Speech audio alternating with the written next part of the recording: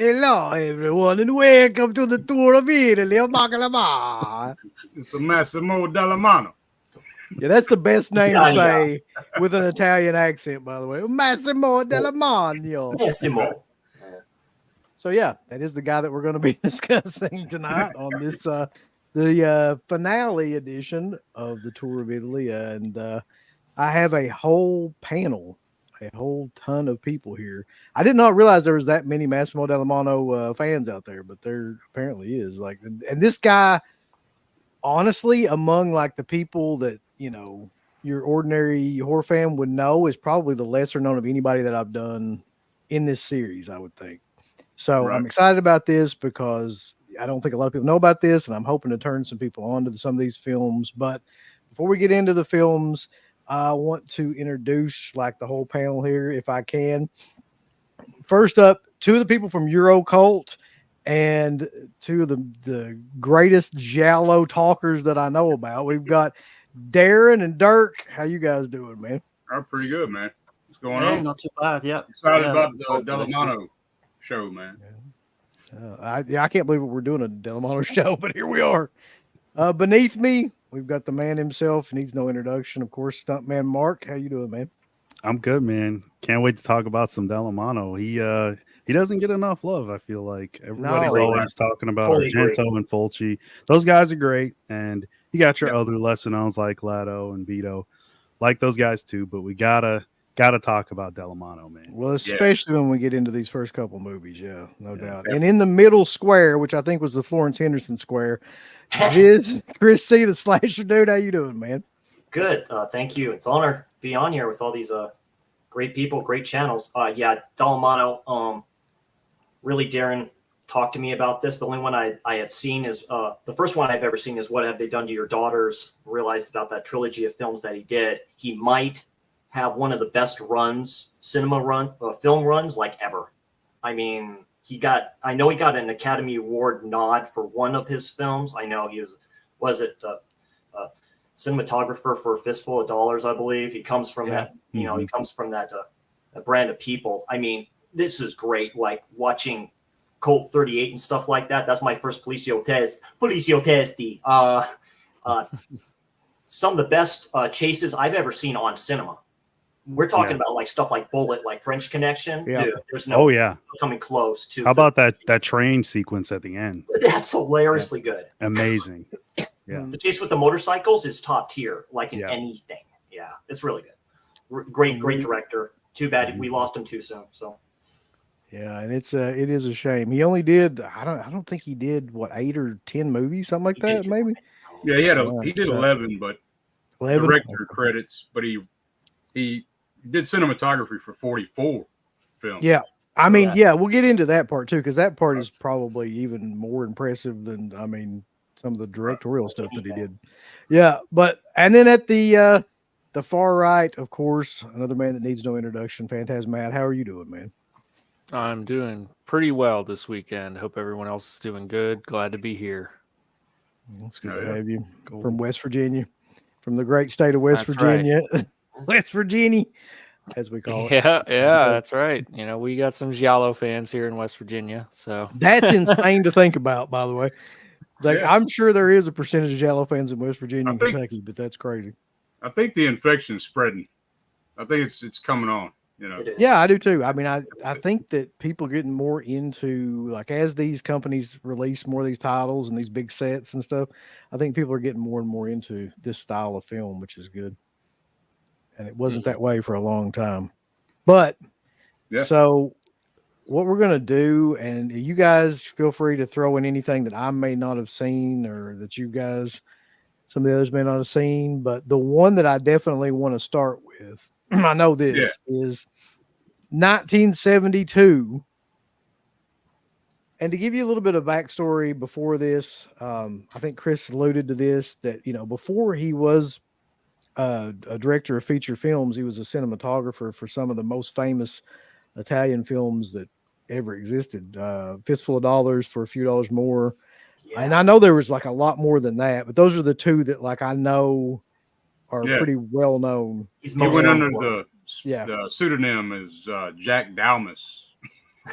For those. That's I guess that makes sense, because most Westerners are not going to know how to say Massimo Dallamano or anything like that at that time. Right, man. I mean, they marketed films back then to America, so they would hide Italian names. Like, it's so crazy. Yep. They were afraid it wouldn't sell, I guess. But it's insane. If you go back and watch those movies, and I'm sure everybody here has seen those movies at one time or another, like, I mean, it's some of the best, visually, some of the best storytelling that there is in Westerns, especially. Right. That Technoscope. Yeah. And you start to see this, especially in the first movie we're going to talk about, and especially in amazingly Colt 38 Special Squad. Like, the cinematography in both those movies are insanely good. Top tier. Yeah, it's great. Yeah. Oh, yeah. But the one that's the first one that I want to talk about, those 1972s, What Have You Done to Solange, which I don't know why this movie isn't more up. This movie should be up there with, like, Deep Red. Yeah. And it is, in my opinion. Yeah, I mean, it is, like, it is to me too, but I don't think it gets the same level of recognition or attention as movies like that do. Camille Keaton's first role. Yeah, but my God, like, this movie is insanely That's the thing with Dallamano, man. It's like, it's a whole different style of giallo. It's more realistic. You know what I mean? Yeah. It's darker. I don't know, man. I don't explain it. It's more realistic, though. The characters, like, they go through transitions, and, like, it's more fleshed out. I don't know. It's well, and there's definitely more of, like, a crime mystery aspect to these movies too. Like, pretty much all the ones that I watched are like that too. But I've got this version. I don't know what version you guys got. That's the one. Yeah. Oh yeah. Same one. I just flipped the art and shit. Yeah. So I mean, this I gotta be all different and shit. Well, this is the Arrow version. I figured most people had this version, but it's what a great transfer on this too. Yeah, absolutely. Yep. Yeah, that blew me away. I had just opened this one recently this week to check it out, and I've had the Blu-ray for forever. But I first saw it on DVD like years ago. Popping this thing open, watching this, they did an outstanding job. I mean, we all know Arrow videos about quality anyway, but holy shit, this looks really damn good. I don't even know if it needs a 4K. This is great. Yeah, I'm sure they will come out with it on 4K. Probably will. Right. Yeah. But I mean, it's got some solid features on there too. Yeah, loaded. Yeah, it's loaded with them. But so I mean, I could go through all the special features, but there's like 20 things on here. So I mean, it really is like loaded down with stuff. And I watched some of them. Did you watch the actress, the Herta character? No, the German. Man, oh god, yeah, I've seen that. She bashes the shit out of the whole production, like really out of testy and she does. She was saying how obscene it was and shit, you know, like. I'll have to watch that now for sure. It is well, I mean, okay, so to kind of explain maybe where that comes from, like I'll give a brief kind of plot rundown. And I don't know if I want to like talk about the ending of this movie or not, just because like, I mean, I'm sure there's quite a few people that haven't seen this movie. Yeah. And the ending is one of the best endings out there in terms of giallo films. But Yeah. so Definitely. there's a killer on the loose. He's how would you say this? Like a sexual oriented kind of killer. Oh, yeah. He's Oh, yeah. stabbing people in the JJs is what he's doing, folks. So Yeah. I Yes. mean, I don't know how to say it. Put some sleaze into that. Yeah. Yeah. And like they've got like a scene in it where there's like an X-ray and it shows. Yeah. I'm Yeah, like, when you see that X-ray, you're like, holy shit. but I it really forgot. is like I was like, holy shit! Like they really are going like all out for this. Like they're not messing around at all. Like, And the fact that it's her parents seeing this shit, you know? Yes. So yeah. then it zooms in on the camera, like the parents, the way they're looking and shit, and it's like it's a mean, dark ass film, man. Like this Yeah. killer. Tell you, It is. like, People give it credit. what I really like as well is the opening, because you've got them, all these girls, and then that music kicks in. The soundtrack is Yeah. amazing. Well, And you kind of don't know it by the title of the film what you're getting into, really, unless you research. I love that reveal too, Darren. When you figure out like what that title means, and like how it plays a part into like the movie and everything. Yeah, that's a great kind of. And when But you watch this one though, like it's like you're used to watching a lot of Jolly and you haven't seen this one. It's a pleasant surprise that it's not the same thing. You know what I'm talking about? Yeah. It does though have this one of the same tropes that I see in like a ton of giallo films, which is somebody sees something, but they're not exactly sure like what they saw, and they That's can't that Argento shit. piece it together. Yeah, On a canoe in a river type of a place. Yeah. That's why I say the story's a lot darker than people give it credit for. It's actually pretty sleazy dark, to tell you the truth, with the main character. I mean, Yeah, that's true. Like you said, it opens with there's these two, like one's a professor and one's like a student that are on this. And you can imagine where that's going. And they're on this like, canoe boating trip thing. And like she sees what she thinks is something that looks like somebody holding a knife, but she's not sure of exactly what she sees. And she's trying to tell him that. And he's just trying to get some. This is the killer part. He gets pissed off because he wants to get laid, and he's like, "Oh shit, man! Every time we go out, you do some shit like this." Yeah, he thought he was gonna get some of that. Yeah, and so that's how the movie starts, and then basically from that point on, it's her trying to like remember, like what happened, like what she exactly saw, and how it fits in with it. And then there's all these other murders are happening at this Catholic school as well, like around this Catholic school. Yeah. Sent around a boarding school and that shower scene, yeah. That's in the entire trilogy. There's at least like the teacher or whatever like that peeking into the showers and and talking and all that stuff too. Very, very much voyeuristic in this film. Like people looking through keyholes and through little holes in windows and shit. Like. Yeah, I like the mystery element a lot. I mean, it pretty much could be anyone. I mean, it is somewhat of a red herring with that one guy peeping through the hole in the shower. Mm-hmm. But like Uncle Bill earlier, just to be more precise for people in the chat, you mentioned like he's a sexual killer. So it's not like he's doing this for sexual thrill. He's not raping them or anything. Yeah.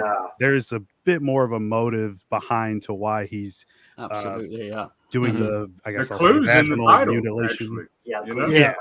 Well, there's a lot of layers to the film. When I first started to watch it, of course, the first thing that I was thinking, and probably the first thing that most people are thinking, is that like this guy is some sort of like sexual pervert who's supplementing the knife for his junk. You know what I mean? Yeah. That's the most obvious kind of thing. Right. But that's definitely not the case. No. I'll just say that and then move on. But yeah, like, so one of the best parts about this movie is a lot of the murder set pieces that happen are very, very realistic, disturbing. They all follow the same kind of thing, except for one. And you kind of like find out why. And another thing too, I don't know if it was purposeful to do this like a Hitchcock movie or what the deal was, but I guess I can spoil this part, like, because I don't think it really matters that much in terms of the whole totality of the film. Like the character that you're following along, that you're trying to, like figure out what's going on with, gets murdered like halfway through the fucking movie, which completely threw me off. I was like, bathtub what? that the dude gets for in the apartment that the dude gets for her. There's meeting place. Yeah, and that shot so damn good, like with the wide angle lens. That's my favorite sequence in the film. It's done really well. The camera goes right makes in it there. look like disoriented. I think that was a lot of bother in that scene, because I think Blood and Black Lace is basically what in that film as well. It's almost exactly the same in the bathroom. So I think there's a lot of influence like that with bother. But like what Uncle Bill said earlier, I think if anyone asks, like me, whenever they ask, like, what's your most underrated giallo? And without like the top 4 directors, the Fulci, the Argentos, Bava, this is number 1 for me. This is right up there for me. Yeah, he's 5th place out of the Italian directors for me. This is What Have You Done, Solange, to me is his only true giallo. I mean, everything else is more Policio Testi to me. I mean, this one's really straight giallo elements, who done it type of situation. Yeah, the other ones are more like hybrids of Policio Testi. Yeah, hybrids. Even Black Veil for Lisa, which is a great plot, but I won't go into that yet. So it's terrific. Well, one of the things you find out in this film, I think Stallone. Oh, go ahead, Matt. Sorry. I was going to say that, like, this one, you will never guess, because one of the things when you're watching this movie is like, when you're watching giallos, is you're always trying to guess who's the killer, who has what to do with what, and this one, it literally makes it impossible to find out, not just because of the red herrings, but because you don't even find out who. I don't know, not necessarily not the main character, but the main source of the killings is until about 45 minutes into the movie. You're kind of, you forget that, where Solange, that's a character, that's what he's searching for. He's trying to find this person named Solange. I like that story-wise. It's a lot. Some giallo films are, occasionally you'll guess and you'll get it right. If you've seen enough of these movies, you kind of can tell who's a red herring, who's not. And in this one, they try to do a bit of red herrings, but they really do like a perfect job of keeping it absolutely under wraps as to who it really is and the motive of it. And like Uncle Bill said earlier, it's like one of the greatest twists in a giallo film I think I've ever seen. It's up just there with like Bird of the Crystal Plumage and things like that one blew me away with the twist. And the cinematography, like we were saying earlier, amazing. Like so many shots in this are just like expertly done and just really beautiful to look at. It's hazy and the nature and stuff like that. That's Joe D'Amato as well that done the cinematography. Because he does this, he turns up in one of the park scenes as in a smaller role, like a bit part, but you can tell. It's one of those films where, like, once you see the ending of it, you're sitting there and everything clicked at one time. You're like, just all like, you have one of those like epiphanies about everything that you've watched throughout the entire film. But you're right, you'll never guess it because it's purposely set up that way where you won't guess it. Yeah, and the motive is brilliant. And it's believable. It's like there's no trickery involved. Like sometimes with these giallos, you got these wild plots and all that. This is played straight. This could have been done. The way it was done. That's what I mean by it's more realistic. I noticed that with a lot of Dallamano though. They're pretty realistic films. Like I'll say that this one has like one of the greatest underrated, underappreciated soundtracks too. The Morricone. I pulled the vinyl for it earlier because nice. Absolutely. That's nice. And then that's the same, it's the same cover art as the reverse art on the Arrow I think it's the original poster art, but very, very awesome cover art. I like when they do the multiple faces. They've done that on a couple Giallo films. Yeah. Has used that type of thing. But this soundtrack, if anything, if you're just into that kind of music, it's Ennio Morricone, but so good. It's haunting. Perfect. It's so eerie at times when you're watching the film. Like it's 50% of the effect. I think that's everything comes together in this. The same track, you've got the performances, like Christina Galbo, Uncle Bill was saying, gets killed off really early. It's not really a spoiler. I think she's amazing, beautiful actress. She did a few Jolly, and Fabio Testi as well. I think his performance is amazing. But I think all of them are really. There's no real weak link. I think it is comes together really well. Karen Ball is her name. She was a Swiss from Switzerland. She was the one that was shitting all over Testy, saying that she had to guide his hand like a little baby and all this.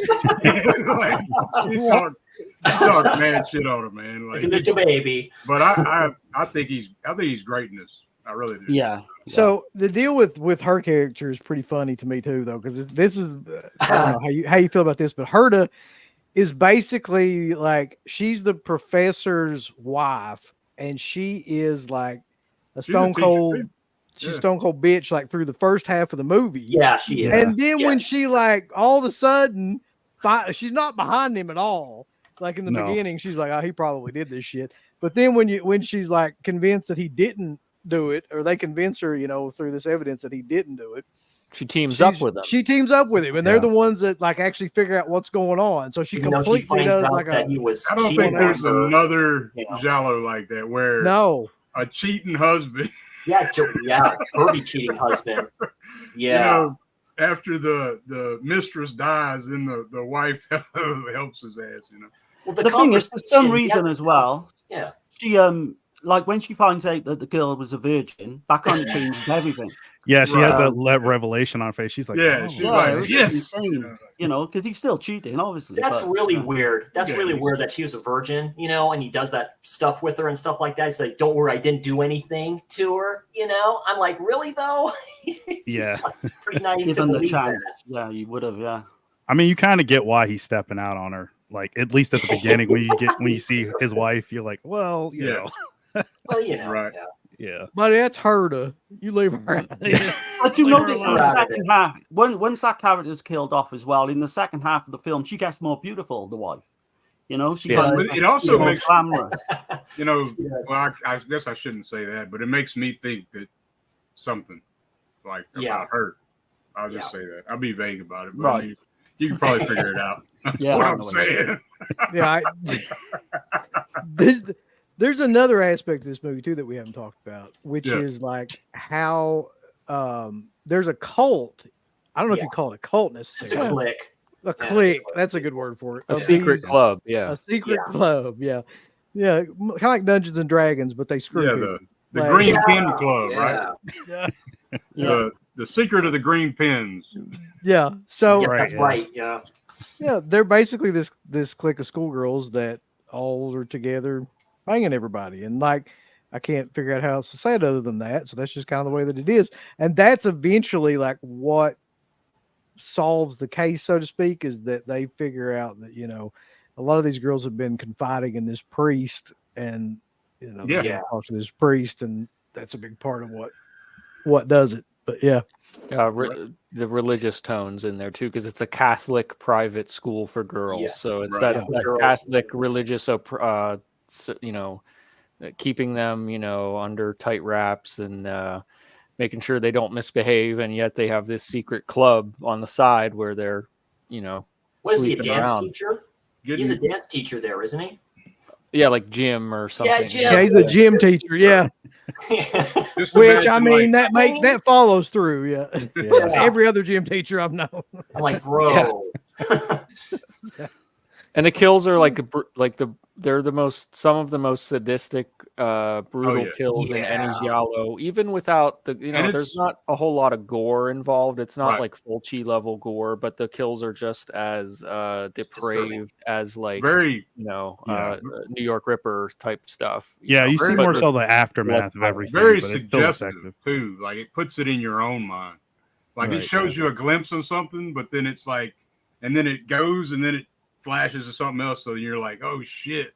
You're like, I think what he does with the parents and the children too is like, do you know your children and stuff like that? Do you know what they're doing? You know, that well, that's another thing. Yeah, there's a social kind of, I don't know how much of that is just tagged on or how much of that he really wanted to explore, but you know, sometimes like these Italian filmmakers would do that shit, like in Cannibal Holocaust. They kind of like, you know, they're kind of hinting that there's a social commentary, but they really just want to fucking chop turtles' heads off and stuff. And I'm not so sure, like, and this group of girls is basically like a bunch of Laura Palmers from Twin Peaks, you know, like in a way, you know. Yeah. So I don't know. I don't know how much more I want to talk about. I would love nothing more than to talk about the ending of this film because it's so amazing. But I'm not going to do that because people need to see this film. Yeah. And you know, the setup and everything that happens is just perfect for the ending of the film, which really pays everything off and in spades. So, and it's not even a happy ending, really, either. No, it's very downbeat. Yeah, no, it's it's anything but that. Really, he wasn't known for happy endings, like you say, and stuff like this. Just wasn't known for doing that. You know, there's always a message you can say, like what's the saying is at the end of this film, and then at his other films and stuff like that. It's like, oh boy, you know, the case is solved, but it only kind of makes it worse. Yeah, damage has been done, right? Yeah. And for anybody wondering about Camille Keaton's role or performance in this movie, she's basically a mute. So it's like, you figure out why that happened. Yeah. I mean, so there's not really a lot to comment on in terms of her acting. Like she just kind of is a mute. That's it. That's all I can say. She does a good job films as well. Yeah, for what she does. Like, yeah, she sells it. Yeah, she was basically a model. I think they just picked her out. As she was doing modeling in Italy, and like someone seen her and said, you know, you'd be great for this part, and that's how she come about it, just completely by chance. And then she did like that box set in Italy. She did quite a few then, all around the Tragic same time. Ceremony. Yeah. Madeline. She's like the Lynn Lowry of Italian films. Right. She's just kind of there, like. But yeah, I can say, like, if anyone is not really into giallo too much, or you're not really sure, you know, of course the Argentos and the Fulcis and stuff, but this is one like everybody needs to see this movie. Yeah, absolutely. Like 100%. It's like a damn near perfect giallo. I think it is. It really is. I think it is too. I can't think of a flaw. Maybe if the one guy that runs off, that acting all goofy, you know what I'm talking about? That'd be the only thing. That's minute, man. That's like. What do you think about that model as well with the milk? Like, the I forgot about that. One that's painted all that shit. Oh yeah. That was I like that. Strange. I was kind of watching. Right, he's all taking pictures of her and stuff like that too, because that's what he is, photographer. It's kind of trippy. It's like, I don't know, maybe leading in from the '60s. That's the kind of like, you know, art that I imagine. Shit, Jeez.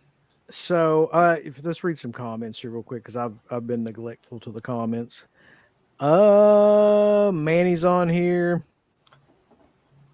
Let's see, Brian Goes Blues on here. Vanderhoff's in here. I don't know who this one is, but he says actually obscure movies. Yeah. Yeah. What we do. What the hell does it mean? I don't know. Apparently before now it hasn't been obscure, but now we're obscure as shit. Listen, if you think this shit is obscure, you guys need to really watch Dirk and Darren shit. Yeah.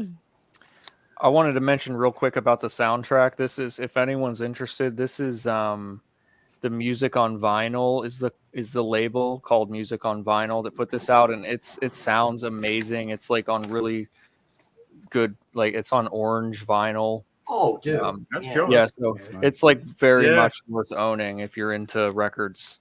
Is that available now, or was that like a limited thing at the time?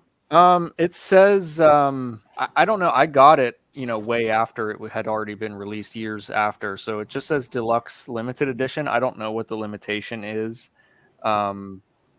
So I'm not really sure. I didn't look into that. But it's limited. But I think you can still find it. It's not like impossible to find. Dallamano's Pizzeria is the best. People talk about Sasquatch Sunset on here. Oh no. McCord says he puts on the vinyl of Solange every morning while he's drinking his coffee. So that's kind of works. Especially the main theme. What is in Solange? It's like that immaculate house that one girl lives in. She goes out, I think, to somebody in the car. That's when she gets all kidnapped and stuff and killed. That was pretty good, the way they did that. You see the car pull up there out of nowhere. She goes, "Oh, hello," and just like that. Yeah, I think that's the girl with the image on some of the covers you see as well. You know, when she got the gaffer tape over her face, and like really iconic imagery in this film as well. Oh yeah, the dead mother. Like, yeah. Tell him, Dirk. Was that? He said, "Did you guys buy the ball from Deep Red yet?" Oh yeah, I got it. It's back here. I don't know if you can see it, but that's a nice box. We got a video on the channel, so check it out. I wish that's nice. Yeah, that's nice. Is it sold out already? I'm sure it is. I haven't looked. But I haven't checked. But Jackson also says, "I hate every other channel on YouTube that will say obscure anything and it's stuff you already heard of me." And that's true.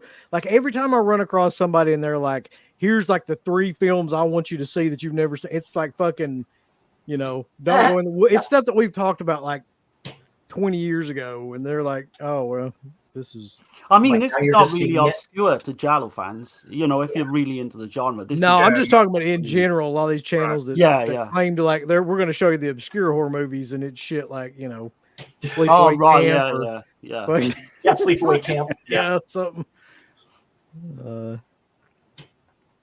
Talk about demons and shit, right? Yeah. Look at the film's a poopy a body. Hey man, check them out. It's like Uncle Bill. I know this is going to be the last one, but like if ever you want to do this again, you should look into someone like Aldo Lado. This is not going to be the last one. This is going to be the last one of this particular season or whatever. But yeah.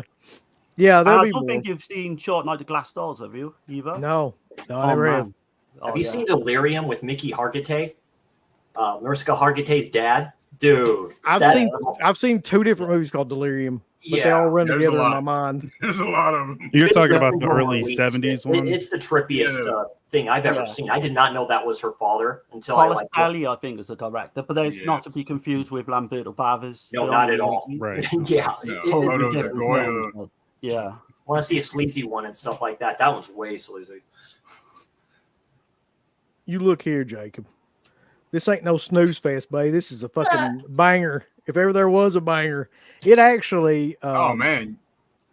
Wow. I think it actually builds up to the ending, though. If you didn't make it to the ending, then I can totally. No, the ending's the best. Probably. There's enough going on though. I don't know. I mean, I guess everything works differently for everybody. Wes says we're doing a goddamn poopy retrospect. Yeah. He really wants to really do that. Yeah.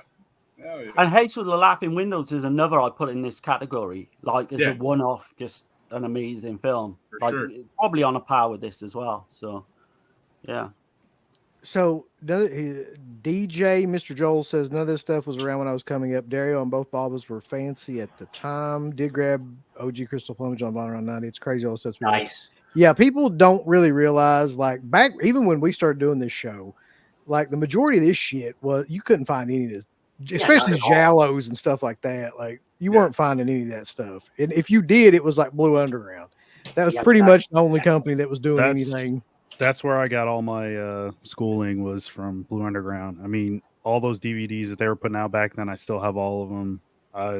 God bless that company. Like these guys up here, the reason I do it, Deep Red was the only one I've ever seen. I remember watching that on another YouTube channel. Guy mentioned that. And, what is it? The Beyond, where that was filmed at, what that's based off of with the haunted house that's actually there in New Orleans. It's crazy. So, I mean, that just got me hooked at the start. This is killer right here. Top 10 horror films you've never seen. Halloween 4, The Burning. I swear that's the way it is, though, with those lists. The Burning, yeah. It's pretty lazy shit. Does anybody have any closing thoughts about what have you done to Solange? Which if I had to rate it, if I was rating it as a giallo, I would rate it 10 out of 10. If I'm rating it as a straight movie, I would rate it like 8 out of 10. Like if I was rating it just along with every other movie that I've seen. I'm giving it a 10 out of 10. Like, no doubt. Like, yeah, I'm at like I do like the 5-star because I do Letterboxd all the time. I think I give it like a 4.5. Like it's you can't really pick it apart too much. It's just too well done for what it is. It's pretty much perfect for that type of giallo. Yeah, yeah, I mean, everything about it, really. Yeah, everything works. I mean, the mystery element is really interesting. All the acting is top notch. Like nobody's really doing a bad job. That's the one thing I noticed upon rewatch was like, holy shit, everybody's really good in this. Yeah. And I mean the directing, I mean the cinematography, all that shit, man. It's hell yeah. You know that's gonna be this. You know the cinematography is gonna be perfect. Yeah, it's gonna be good with Dallamano. This guy, it's an 8. He's directing 8.5 out of 10 for me. Like you said, D'Amato, right? Did the cinematography. Yeah. But still, I mean, you got basically two cinematographers making a film. You know? It looks amazing. Like I said, it makes it a top tier giallo because if you can pick a director and just one great thing they've done, you know, specifically for giallos like this is it. So this is top tier. Yeah, I give it an 8.5 out of 10. That can go higher all the time. But yeah, for a giallo, it's a 9.5 out of 10. I mean, right. I've not seen everything he's done, but this is like a high 9.5 out of 10. Yeah. Possibly a 10. Possibly a 10, depending on whatever day, you know. I think this is his masterpiece. Genre films, yeah. I agree with that. It's definitely his masterpiece. I think. Like I said, if we were doing like a tier list of giallo films, which is not a bad idea, really. If we were doing a tier list of giallo films, it would be in the S tier. I mean, it would. It'd be up there with like the best ones. So that being said, though, we're going to move to one that I think. So Chris that mentioned this, it's not necessarily a straight up giallo. It's more of a combination. And Dirk, you've got a name for these. You've got like different subgenres for giallo movies, which is great. Where like this one kind of mixes like the Poliziottesca and like giallo and it's a hybrid. What do you call that shit? Poliziottesco? Yeah, but not that. But when police procedural. Procedural. Movies very much with like Law and Order. I mean, and that is this one, which is 1974. Your daughters. What have they done to your daughters? Yeah, and we've all got the same. I think this is a completely different style of film, even though it was made, 2 years after Solange. It's a completely, to me anyway, like a completely different vibe, a completely different kind of like feeling, atmosphere in this movie. Similar plot in a way, but you got with the sexual aspect of it, The district attorney's a female, Giovanni Riley. She's gorgeous. That's great in this. She's really highly underrated, man. Yeah, too. I love the opening of this film as well. Like it has one of the best openings. Shit doesn't it? Like literally within 2 minutes. Yeah, like you see a fucking naked corpse hanging, like, and it's supposed to be a 15-year-old girl. That's like, pregnant. It just goes like from the very beginning, and it really is more action oriented, I guess. Like it's a lot shorter too than Solange. It's 90 minutes, so I mean they don't. Very fast paced. Got a little more gore. A lot more blood. Oh yeah. Way more nudity. Speaking of nudity, did you guys check out the feature on this Arrow? I have. Yes, I did. Hardcore scenes or whatever. Yeah. My God. Yeah. So there's like a story about that. Like, so do you know in the film where they're playing back the tape recordings? Yes. Apparently, originally they were going to use like porno footage, and that's what I figured. Those scenes.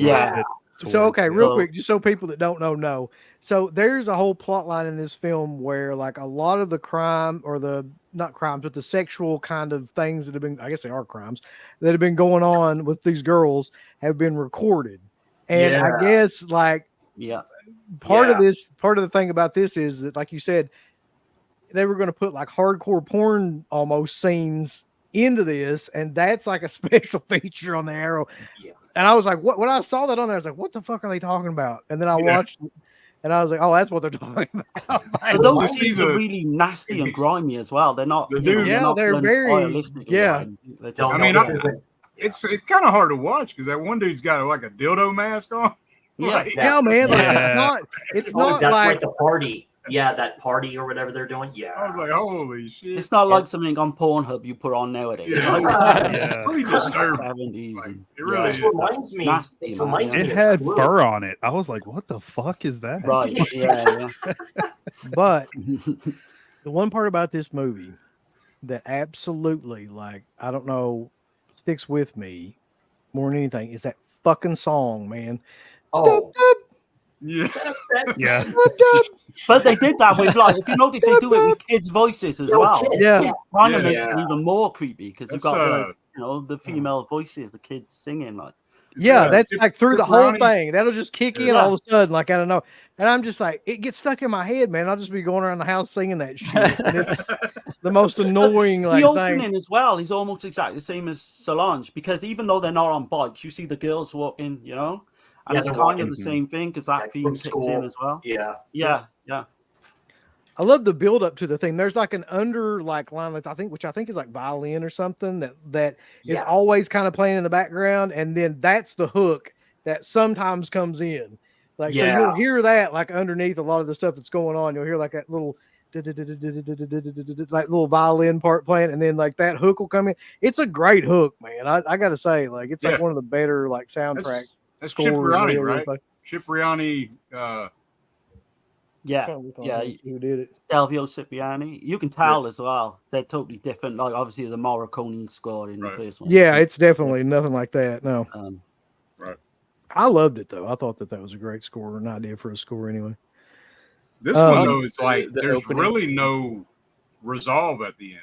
This is more it's touching on like elite people in power, corruption. This could be going on now. This movie could be like happening right now with all the Epstein shit and all that stuff. Like it symbolized what was going on in Italy at the time. And then so there was rumors that because Dallamano died he got killed in a car crash, but there were rumors saying that somebody killed him because he was like because he made this exposing Okay, so the basic plot of the movie is that a bunch of girls, like and especially this first girl who they find out has been, what did you say, like sexually violated in a bunch of different ways, there's some real freaks doing freaky shit, nasty shit, And so they find out that, not to give the entire movie away, but I guess so it kind of makes sense that like they're like. Part of this whole thing has to do with like this cabal of like powerful people that, basically the same kind of shit that's going on still to this day.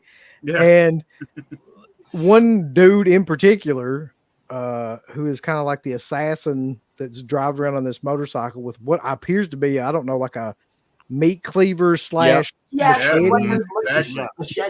something. He's handling business. He's chopping shit up right there. Whose main goal is just to take out as many people that could possibly like testify or like be witnesses or anything to like what's going on. And that's the main plot of the movie, I guess. But like it's really gory. Like it's a lot gorier than like I was expecting it to be, and the special effects are great for 1974 when this movie came out. Like I might be a sicko, but I know that part where they bring the dude's wife in to look at the body. They're like, we're just going to show the face. And we're just going to show you. She's like, no, I want to see it all. And he does that. She's all like, what was up with that? She's like, I want to see it. And then she like shits her pants. Like, because he's cut up in like 15 different pieces. Sectioned up like a butcher. Like, I like the opening scene whenever the teenage girl is hanging from the ceiling and it does the close up on her face, and it's like a dummy. But it looks like it's a creepy look. It's almost like really good dummy though. Yeah. She hangs there for a while too. I mean, and you can see the look on the lawyer's face when she comes in there, dude. That's great. It's like, I mean, really, in that disturbed factor, she's like, God, because you can tell she's sad. Something that he did in that shot that I really like too is that he showed like the dummy, the face, and then when he panned down to the legs, it was like a real woman's legs. Yeah. So he kind of intercut the dummy with like a real person to kind of And make he it does seem that more realistic. He does like that foreground focus, kind of like he did in the Westerns, on that shot. Yeah. It's, he does. It's to start the film off like that is like, holy shit.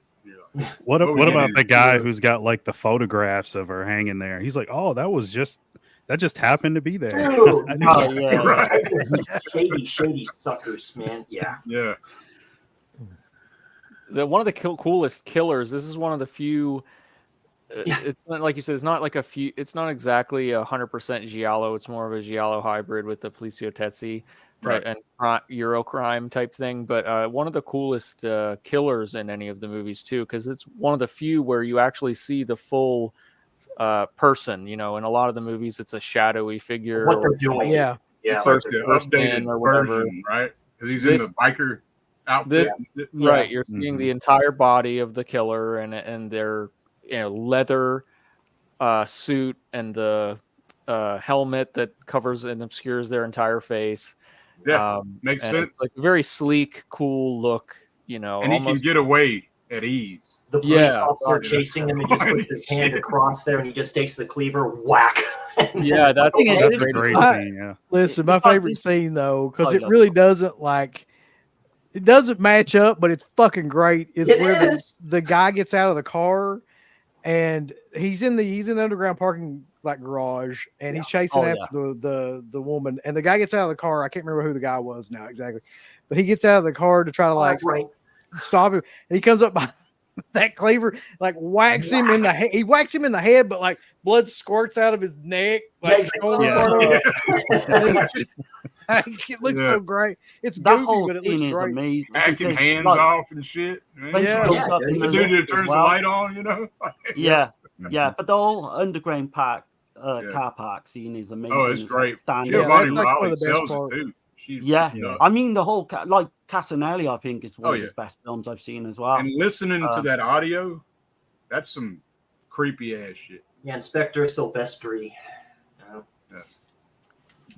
Yeah, that hand getting cut off was really well done. Like you said, go right around there because you think he's gone. No, he's not. Oh, it's a whack. Yep. Blood squirting out everywhere, and it's very gory. Right up against the white wall, which is typical. Of course, it's all spreading. And then the part where he's coming into the patient's room, right? And you see the doorknob, I don't know, man. It's something special with Dallamano. Where the woman's in the hospital, and they're she can't even move. She's on crutches and shit. Yeah, she's getting. It's like the motorbike chase as well. I love. When you got two police cars going after the motorbike. That's terrific. Yeah, that's some of the shit I really love in these films. Gets surrounded. Gets surrounded. Can't get anywhere.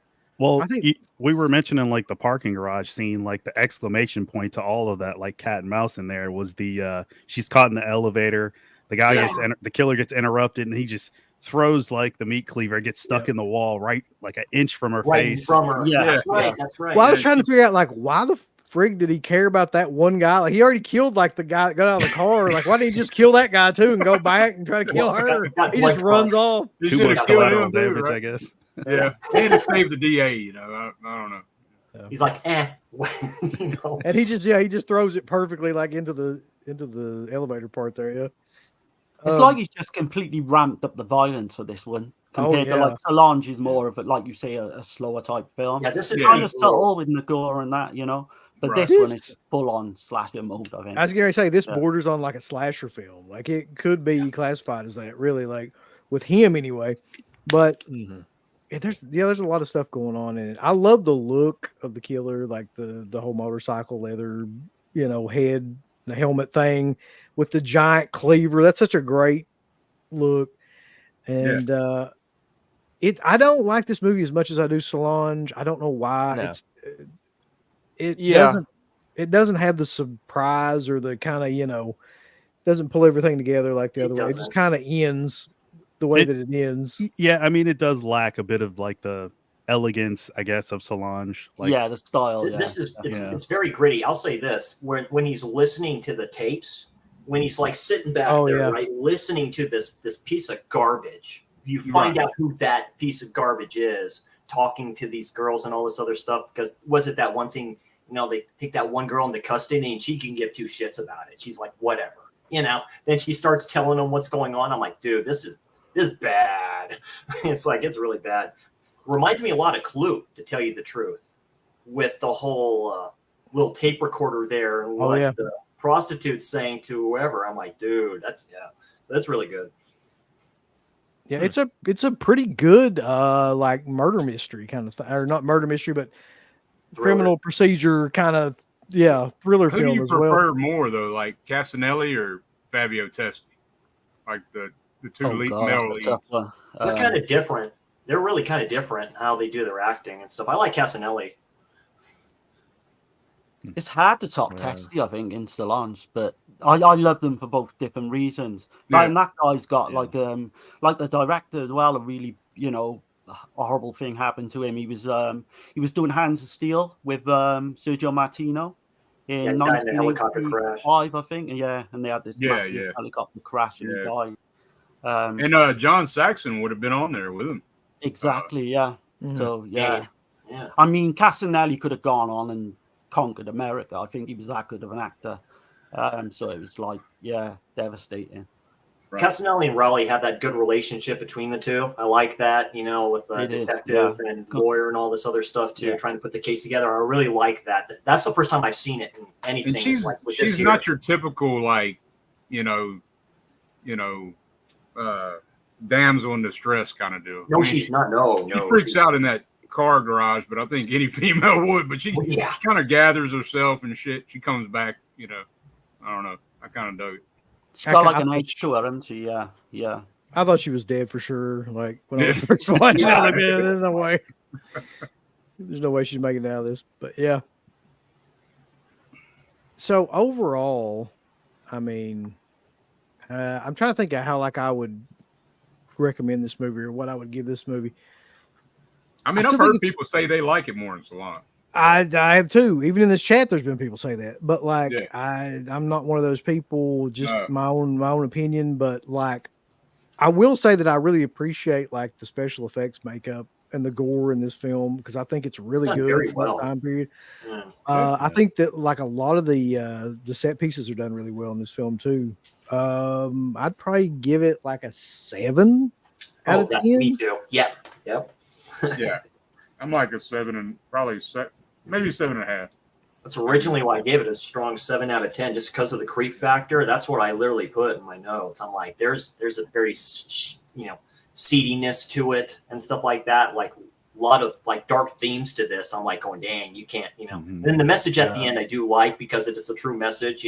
They state the statistics. 8,000, Italian teens come up missing every year and hardly ever find their way home. All that shit. And the funny thing is, all that shit's still going on, and I mean, people are still talking about this kind of stuff to this day, and people still make movies about it. But this is 1974, and things like that wasn't mentioned then as well in the 70s. It's like Dallamano had a purpose, what he was doing.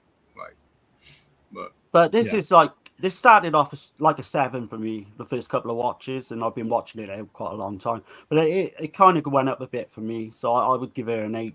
I think, the more you watch it, it might even go higher for some of you guys as well. Yeah, I mean, I feel like that maybe the people that like slasher movies that watch our show and stuff, you'll probably like this one more. Yeah. Because it's a little bit more graphic. And the nudity as well, so definitely a lot more with that stuff. But as far as the ending goes, that was pretty unique. I don't know if I've seen that done with no true resolve. No true resolve at all. I'm still you had that group of people I'm on your side, no problem. I got you. Well, and even the stuff with all the cops, how they did all that, that was kind of cool. Would you guys say that this has the better ending with the killer and all that stuff? I'm trying not to spoil it, but I don't think so because, they know at least better this killer is directed by other people. You know what I mean? Stuff that's going on. Kind of used. He's like a puppet. basically. Yeah. He's used. In Solange, it's nothing like that. Like, No. I do love the scene though where he's like, he goes into whatever that is, like that little cul-de-sac thing in the motorcycle, and all the cops surrounding him. He's like going around, coming back out, like that whole action scene there. He goes down the steps. Yeah, they can't mess with that. It's all and it's all like real stunt work too, which is great. Yeah. Yeah. The thing is, when what happens to him in the end as well, which I'm not going to say, but that's kind of like a secondary thing as well, like a serial killer, but it's a secondary thing to all the shit that's been going on, which makes it even more like kind of unique in a way. And it, like, I think it's the purpose, the message of the film, though. Like, he's like, well, we've already said it a couple times, say it no more. That when one of the girls explained what happened to her, and you see that scene of what happened to her when she talks about it, it's like, whoa, okay, it's like, yeah. This one wasn't. I actually didn't get to rewatch this, so it's not fresh in my mind. I don't recall when the last time I saw it was. It was probably, I don't know, maybe 2 years ago at this point. So I need to revisit it. But I remember liking it. But again, definitely you can't really compare it to Solange too much because it's just they're two different styles of filmmaking too, and the pacing is different. This is much more action, much more slasher vibe type to it. I think I gave it like a 3 to a 3.5 out of 5. It's memorable for the kills and the special effects, I think, and the look of the killer as far as I'm concerned. And the rest of it was kind of I don't remember being extremely impressed with like the actual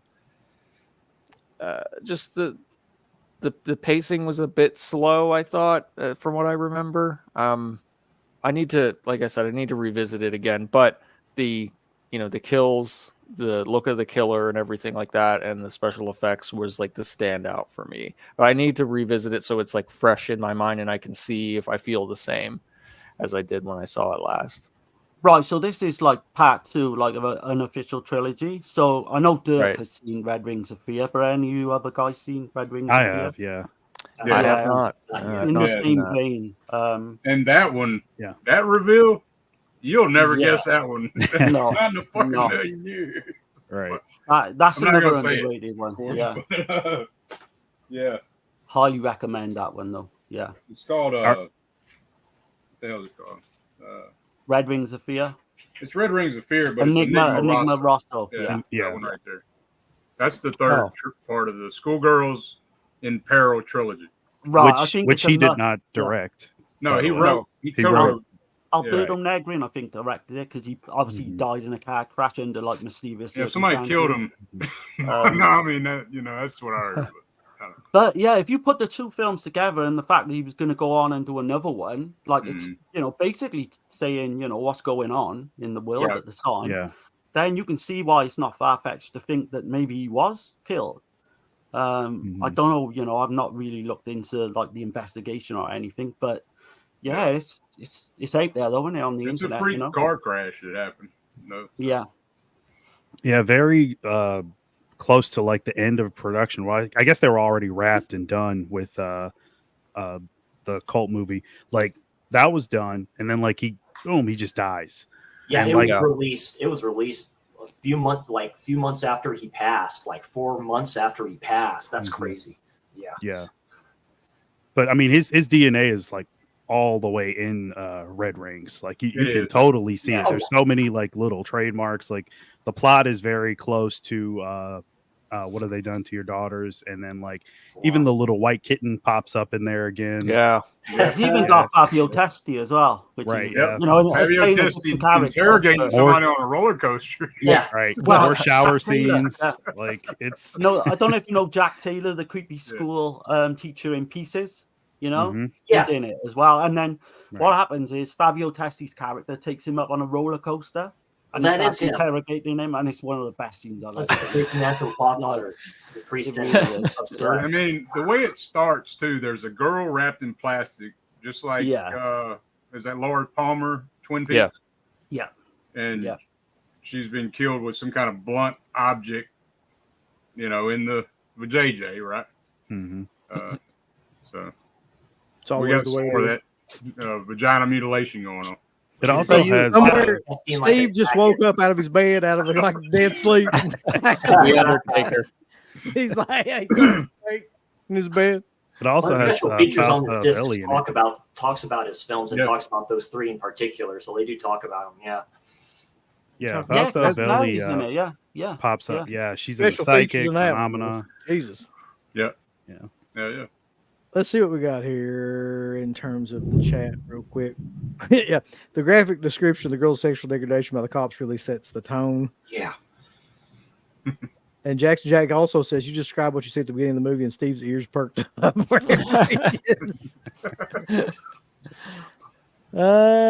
Jacob says, daughters reminded me of Short Night of Glass Dolls. The elites get away with it.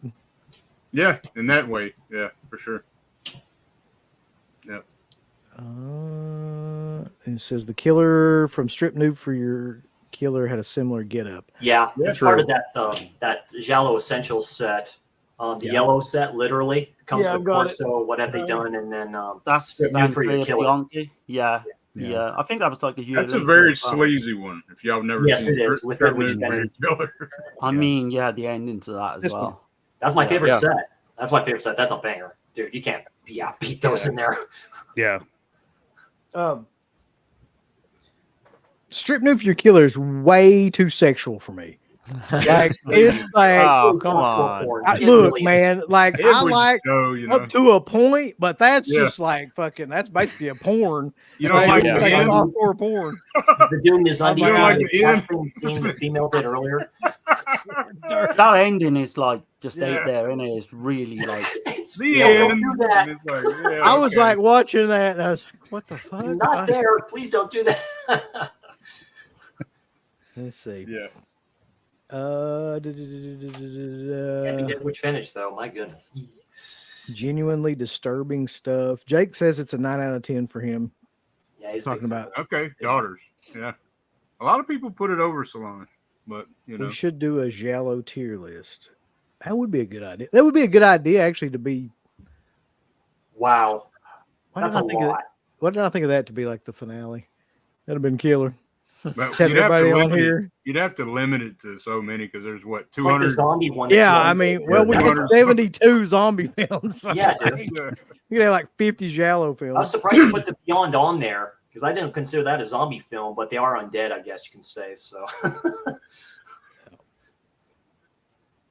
Yeah, Giallo would be kind of, at a point it's easy to rank them, but then because there's so many of them and so many of them tend to blend together, and it's hard. As much as I love these movies, for a lot of them I find it hard.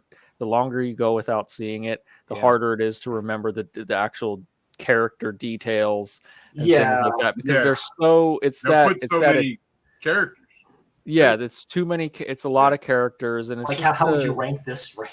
Yeah, it's like very hard. Even when a lot of these you need to kind of watch them twice in a way to really kind of. Yeah, you need to watch them regular, like you say as well, because like some of the Martino ones now, I'll go back to and I'll get mixed up. Even me, like I'll get mixed up. Forget the whole shit how it ended.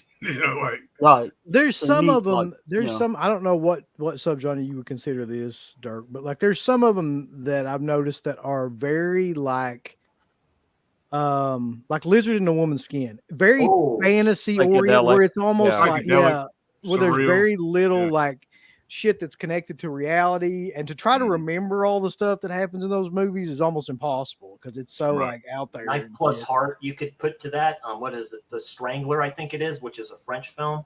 No, All the Colors of the Dark. Yeah, that's another.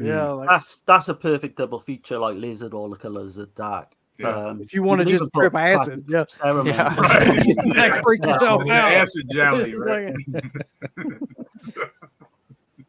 All right, so what's the next one that we want to talk about? I've got one more that I know for sure I want to talk about, but if there's like you guys watch one that I didn't watch because of the thumbnail situation, which I I watched Super Bitch. But that's the one I watched. I didn't see. Super Bitch does not seem like it would be one of his movies, but like, it's also called Mafia Junction, right? Yeah, Mafia Junction. Completely different title, right? It's exploitation policio testy. Two different countries the shit's being marketed to. But I mean, you can tell it's this film in a way because of the sleaze as well. There's tons of Oh, yeah. Well, yeah. I was surprised it was up on YouTube. Like, what's that lead actress's name, by the way? Stephanie Beacham. I know I've seen her in tons of She looks really hot in this as well. Yeah, he makes sure that she's naked quite a bit. Which, I don't mind. But I don't mind. But you've got Ivan Razumov. I don't know if if you're talking about this one though, right? Oh no, he's in that as well. No, I'm talking about like the one you all watched, which is Super Bitch. Because I want somebody to sell me on Super Bitch immediately. That's pretty easy. No way to start on it. Go on, take it away, Dirk. Go ahead, man. Go with it. So you've got like this music score by Rizzo Delani, who done Cannibal Holocaust. And it's amazing. But it's just kind of this like mishmash. So you've got like Razumov, he's like undercover, and he's working for like this drug trafficker. He's a narc, He is a big narc. He's like James Bond. And you've got all these like you've got Mama the Turk, like this old woman. She kind of controls like everything. She's like one of these big bosses, It's just completely out there, man. You've got like this Patricia Hayes plays Mama Turk. Yeah. The mama. I don't know how you can describe it, man. I guess you would say it's a piece of Tesco, but there's a lot of twists and turns, it's hard to like put it down on paper. It's definitely like a crime mafia type, I guess you would say, but very I guess got some exploitation in there too, right? Sexuality. Obviously, Ivan Razumov plays like the inspector who goes undercover, but he was saying apparently that he didn't think he was right for the role, and he always like said Fabio Testi would have been the guy to get in the role. I think he does a good job. I think he does a great job with it. I don't think Testi would have done any better, but I would say it's worth a watch. I wouldn't put it high or anything on it. Razumov looks in this one like Clint Eastwood a little bit, the way his facial structure looks like. I swear, like certain just the way he walks and the way he talks and the way he acts. But it was. I liked it. It's like the lowest out of all the ones I've watched from him. There's all these different types of mafia family involved. Yeah. And Mama the Turk is great. Her children, she has her sons, I guess it is, and stuff like that. Oh yeah, there is a scene though where they're like they're riding around and they've got to play music. One of them singing a song. Yeah, singing a song and shit. This dude, they beat the shit out of this dude while the other dude's playing a song and shit. That was a weird scene. Yeah, and then they run over his fucking legs and shit back. They kidnap his girlfriend. Sounds amazing. Yeah, they kidnap his girlfriend, and she's on the top bunk and stuff like that. And that dude's on the bottom bunk singing a song, doing a serenade. And I'm like, dude, it's pretty good. I have to admit. You get like a cameo from Camille Keaton as well. Like, what the hell? Camille Keaton just popping up in all these movies around this time. Well, this was 73. She did a ton of Italian films at that time. It's decent, I'd say. Yeah, I like the ending to it, and it's a theme here with some of these films. You have a femme fatale character a little bit because it all revolves around a woman, and I'm like, I see it. Yeah, and it's the ending I didn't see coming actually. Yeah, it's a brutal one though, man. There's squibs and shit when people get shot. Like, the sequence where all those guys get shot and they get thrown in that mass grave. That's great. And they get covered with concrete. It's fucking awesome. I love that's one of my favorite scenes. Type shit, They got that one dude in the alleyway. You see one car pass him, he ducks out of the way, then the other one pulls up behind him, and they beat the hell out of him and run him over like multiple times. Well, I'm sold. So check out Super Bitch. It's free on YouTube as well. So, but it's if you look it up on YouTube, it's called Mafia Junction. Sorry, dude. On that car chase, I like Super Bitch better. I like the title, Super Bitch. I don't know. One of the titles is "Can You Be More of a Bastard Than Inspector Cliff?" That's also great. Because they say bastard a lot in here. In that one. But Matt just said then with the car chase as well is great. Oh yeah. Terrific. Yeah. Can You Be More of a Bastard would just be a great title if they just stopped there. That's why I made you be more of a bastard. Yeah, because he is a prick. Yeah.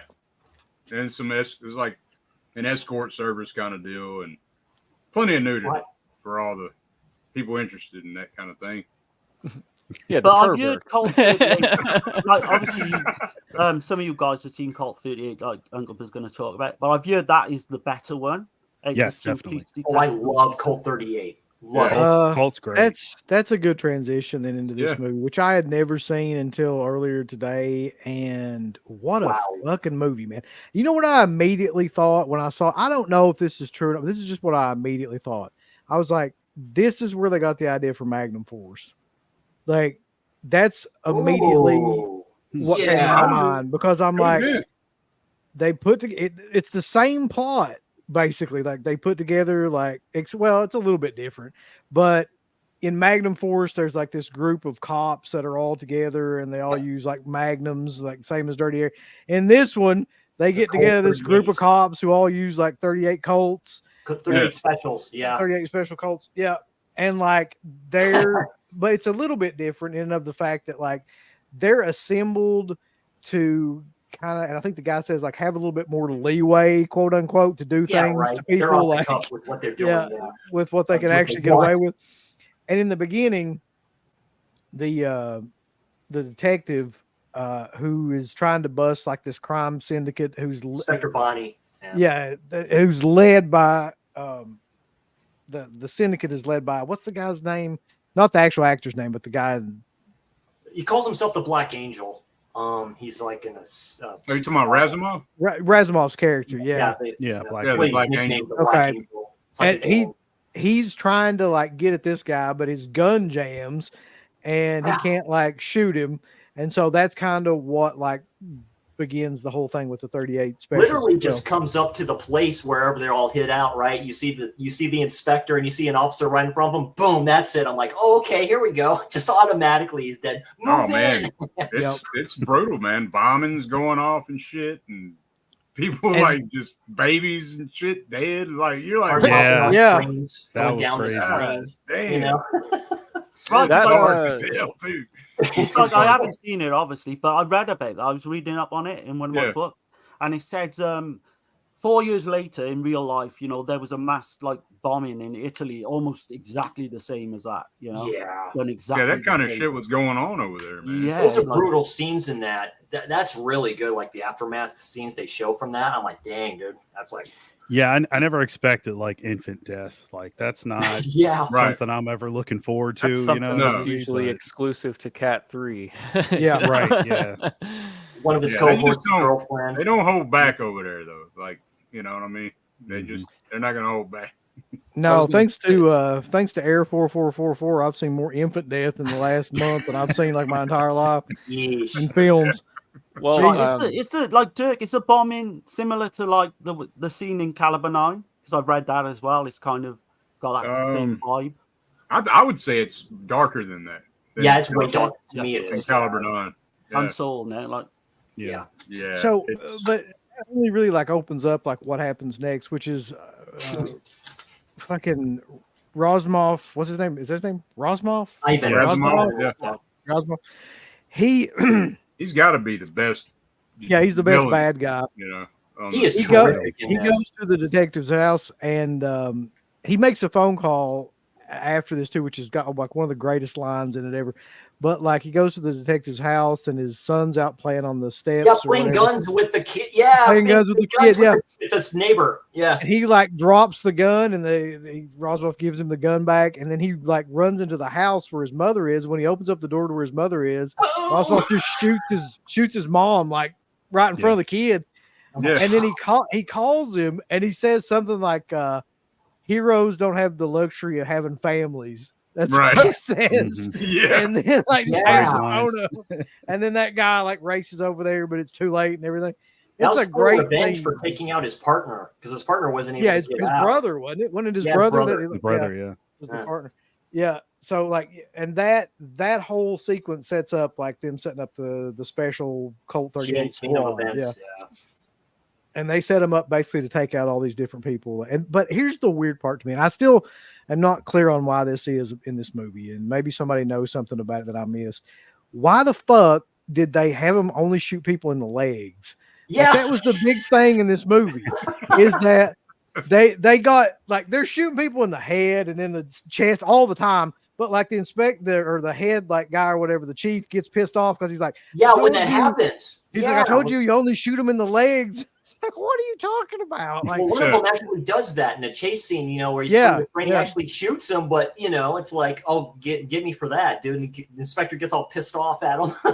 By the way, interesting point about shooting people in the legs. You got the femoral artery in your fucking leg. You'll bleed out quicker by being shot in the leg than just about anywhere. So, like, shot him in not a great idea for like what he's trying to do. Mm-hmm. But yeah, so this squad is going around and they're basically dismantling like all of these little like operations that this guy has while he's simultaneously trying to like kill like all these people. And the ending of it, or the middle to the ending of it, is great because Roswell figures out what the fuck is going on, kind of, and then he starts like, having all these violent retaliations in the streets and stuff like that. So it's like this full out fucking like war that happens between him and the police. What's a ransom and was it uncut diamonds or something like that? Like 10 million in diamonds. Where they're on like there's a woman on a stakeout and then just boom, just like under their noses type of shit. It's so she delivers unknowingly a package to a Dropbox. Unknowingly, right? This suitcase puts it in there. I'm like, oh shit. It's like, Is this the one? I might be mixing the films. Is this the one where a woman takes a package and it's got dynamite in it? Yes. This is the one. This is the one. Okay. Yeah. The girlfriend of the one of the cohorts, the one that's setting all this up, who's making the bombs. That dude. And she works for like, what is it, like a bar, like a club and stuff like that. That one of the officers like dances with her. It's like, you want to dance? Sure. And then that's how that starts. So that was pretty cool, interesting, that scenario. And then, well, I'll get to this in a second because I think Mark mentioned this earlier too. But like, first of all, a couple things about this movie. Great, like, squib work, great carnage, like just the way that they set up those explosions and like shootings and things like that is like incredibly violent. Like, just they run over an officer that tells them aftermath of shit after it's blown up. Like, bodies scattered and smoke just drifting, and like it's set up really well, man. Like, just that car chase where they're you see the dudes in the motorcycles chasing the dudes in the car, and they're going around in circles and circles, done so well. And then that officer that's there tells them to stop. That's a dummy. And he just goes like that. I'm like, oh shit. Jumps out the car. One of them leaves, right? They're all chasing him with the motorcycles down that corridor. I'm like, dude, look at this. It's the greatest chase I've ever seen. I'm not even kidding. It is a great chase scene. Like, there's a couple of great chase scenes in this movie, by the way. Dude, There's one part in it, though, that cracked me the fuck up. Let's see if you remember this part, because I just wanted to bring it up because it caught me off guard and it made me laugh.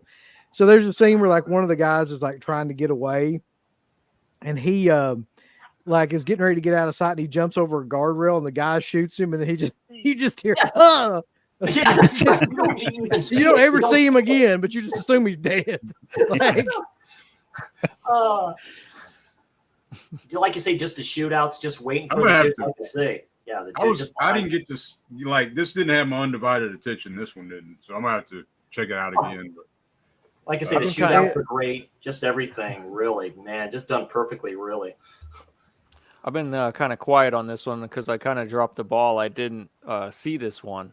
I have that Years of Lead set from Arrow, and let me say, especially Uncle Bill, if you don't have that set, or anybody that doesn't have it, if you're into these Polizio Tetsi movies, that set is a brutal set. It's got this and the other one. Yeah, that's the set there. Great cover art on there too. That is great. There's one on there called Like Rabid Dogs, and I was just going to bring that up. It's like Almost Human.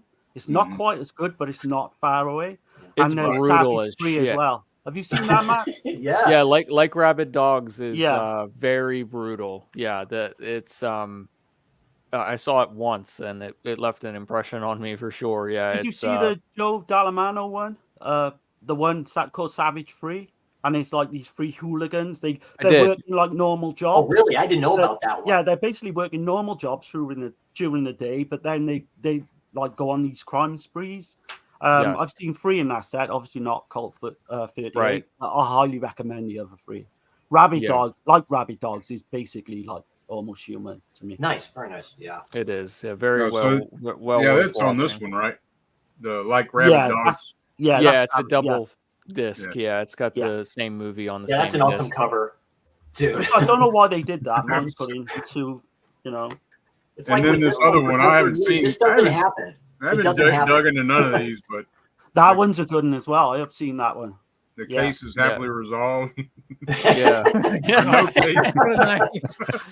And I mean, that's perfect title for the film as well. Is it really? Okay. Yeah, I mean, we're gonna have to do this shit at some point, but yeah.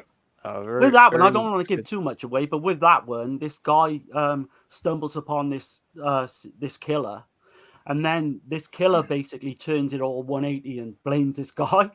And it's kind of that goes all the way through, and it's an amazing film as well. Highly recommend. I do want to touch on this one though. Black Veil for Lisa. I know this is from 1968. Oh, dude. Yeah. But the premise on this one, there's this detective. He's a lot older than his young wife, and yes, and he's tracking a killer that's a switchblade killer. He's killed multiple women.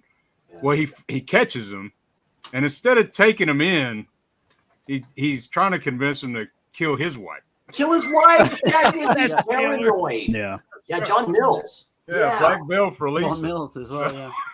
If y'all get a chance, check that one out. Yeah, White Veils for Angels, a Black Veil for Lisa. That's his first giallo. So nice. But what a great idea for a plot. It's ingenious.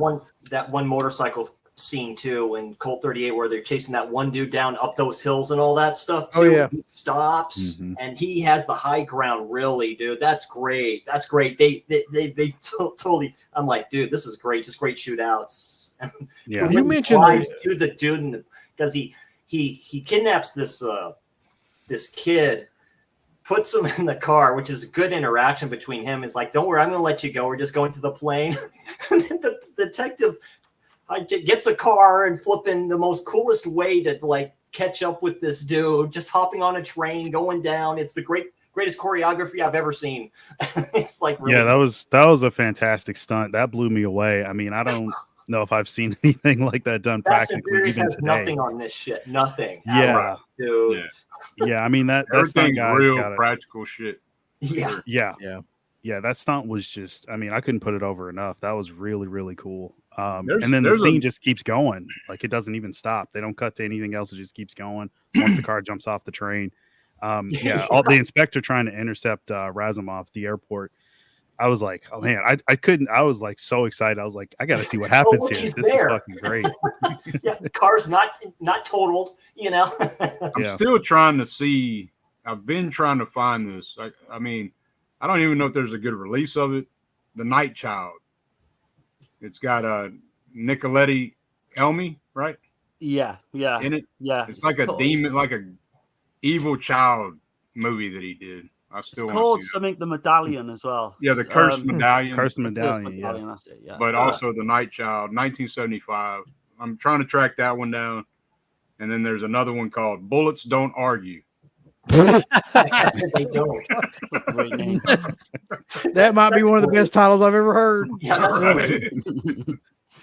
Yeah. Let's don't argue. That's a very early one, 1964. But it's an uncredited role that he was part of. So he did do. I think I mentioned before we come on here, like he did do Venus in Furs, like because not to be confused, there's two in 1969 one with Franco's. Yeah. Right. But this one is kind of like this old guy, and he kind of gets his wife into all sorts of this like really weird sexual stuff. And I mentioned before, it's like a Steve Benningfield film. It would have been perfect to come on. Sounds like a Gallo, really. But that one's decent. It's worth a watch. I won't go out your way for it's not as good as Franco's, huh? No, Franco's is by far the superior. Yeah, with old Klaus Kinski. Yeah. One of his. I'm curious then, like, okay, so for like, how do you rate his other films other than like, I mean, the ones that you guys have seen, like Super Bitch and Super Bitch, and man. that one. I'll give that one a 7 out of 10. Super Bitch for sure. Because I haven't seen that. That's one I have not Super seen. Bitch, yeah, to me it's a 6.5 out of 10. This guy right here, I've only seen like with the one we were talking about, and this one is really technically my first Policio Testi. This is my favorite. This gets a solid 8 out of 10. This can get higher. This is some of the best work I've ever seen in film. I mean, it's really good. I'm definitely watching that on the next. I can't be honest. I can't give an honest grade on that one because, like I said, I was in and out on Colt 38. Listen, I think the only thing that hurts that movie is the name. If it had been called anything else other than Colt 38 Special Squad, which is just a bulky that you can't really get behind that name at all, I think it would be a lot more well known. Yeah, I'd probably give Saturday Night Special, right, or something. Something, just anything like just 38 Squad or something. You know what I mean? Like, well, since we're talking about Colt again, there's a sequel made. I know it's not by Dallamano. Have any of you guys ever seen it? It's called Return of the 38 Gang. I've heard of it. I've heard of it, but I haven't seen it. No, I haven't seen it. I've heard of it, but I've never seen it. No.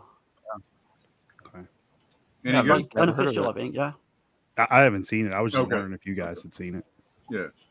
I checked out just because I wanted to kind of break up the horror and crime themes of a lot of his movies. So I decided to seek out Dorian Gray from 1970. And I was not familiar with that story. I know that it's been told a few different, I mean, it was based off the novel and they've had a few different film adaptations of it, but a strange movie. It's not a horror movie per se. It's more of a drama with some. It's definitely perverse in a sense, sexually perverse, but it's not. It's not horror. I wouldn't call it horror. It's more of almost a slightly psychological drama. Definitely supernatural involved, though. Supernatural a bit as well, yeah. So, and I was a bit in and out watching it, but I did enjoy it overall. This guy who's I would call him a narcissist, I guess. He sells his soul per se, and his buddy paints this portrait of him, and he's this fit, good-looking guy, and he sees this beautiful painting of himself, and he's like, wow, I'm gonna get old, and my physical attributes are gonna be dwindling over the years, and yet this painting is gonna outlive me and still look perfect. And so he starts to like act out, I'll say, in certain ways. He's a total piece of shit, and every time he does something terrible, the painting starts to lose its quality. Like paint will start to chip off. It'll start to get discolored. And he's like looking at it and it's like, oh my God, what's happening? He hides the painting away, covers it up, continues to be a piece of shit. And, over the course of the film and these things that he's doing, the painting starts to get worse and worse looking. And so that's where you get that kind of psychological, supernatural vibe. Yeah, and he don't never like age or anything. He doesn't age. Yeah, he stays young and beautiful, but the painting starts to dwindle away. And it was pretty enjoyable. I think I need to watch it a second time to kind of really have 100% of my attention to it. But definitely of his time for sure. Yeah, it's not for everybody. I think it drags a little bit. It's only an hour and a half film, but I think the pacing could have been a little better. But if you want something that's off the beaten path of horror, exploitation, giallo, this has a lot of the sleaze to it.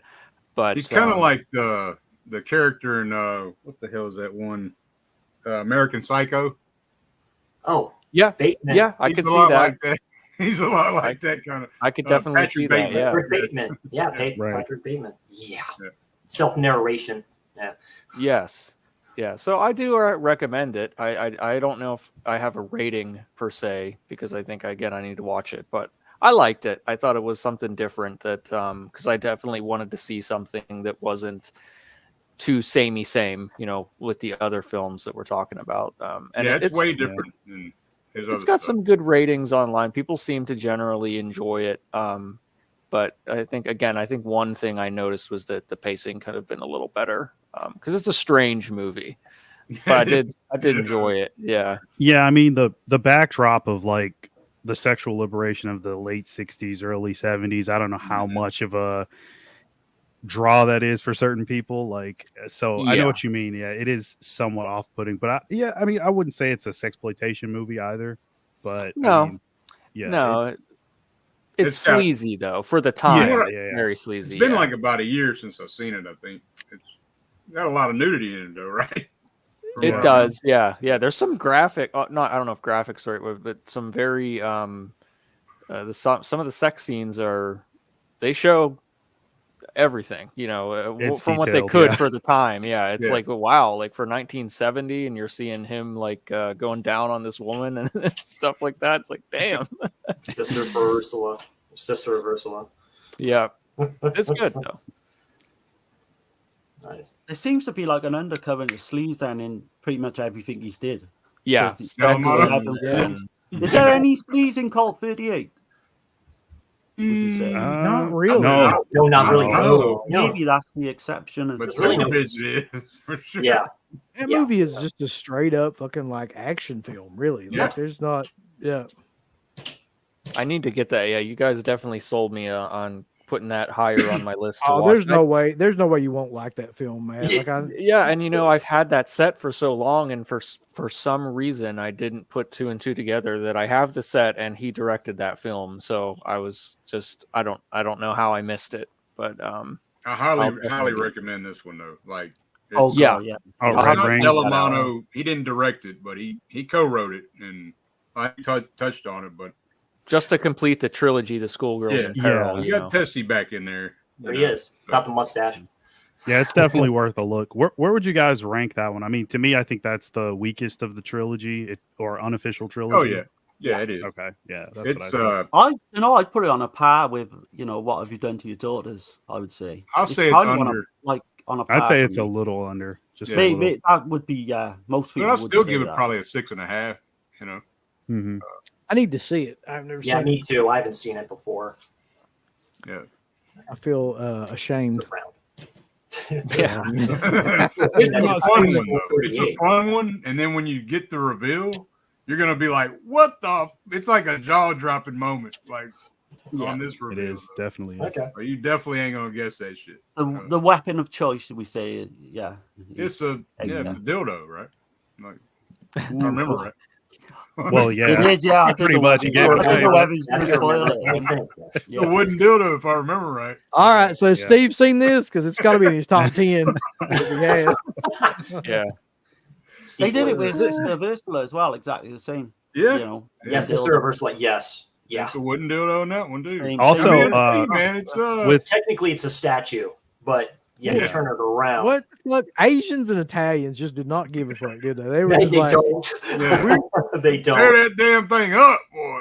Yeah, Ivan Rassimov also uses one in Eaten Alive as well. You guys remember that? Yeah. Oh, another wooden is he in dildo that one? that. Okay, I have that on to be saved. And he like a Charles Manson type character in that as well. Yeah. The Jim Jones kind of thing, pretty much. Really? Okay. His name is Jonas in it. That's probably in my top 3 favorite movies of his. Oh wow! Razumov? Yeah, I just love that character. Like, I mean, he's not as sleazy as like he could be. Yeah, but he's totally fucking evil, and the stuff that he does end up pulling off, and the shit that he does to the women on that island. I mean, that's Umberto Lenzi in it as well. Yeah, Umberto Lenzi. Yeah. It was in my top 10. Umberto Lenzi's for sure. I think it gets overlooked a lot because of Cannibal Holocaust, obviously. For Rocks. I think it was a year before Rocks. If you want to see a different Razumov, though, watch Man from Deep River. I can't stress that enough. Oh, yeah, of course. Yeah. He's that's way different character than anything he's ever played. He's the lead role. He's not a bad guy. It's yeah. I know. We talked about that already, though. So. Dirk, you got any of these Italian like crime books?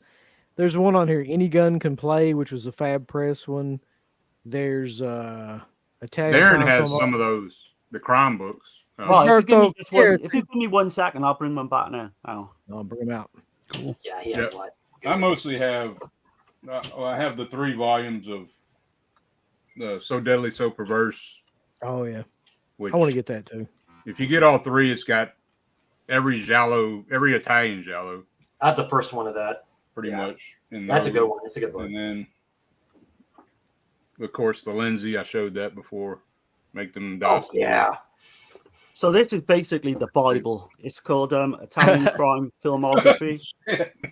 Yeah. And there's over 200. There he is, right there. Yeah. There's every single police detective film ever. You know, Is that the Curti one?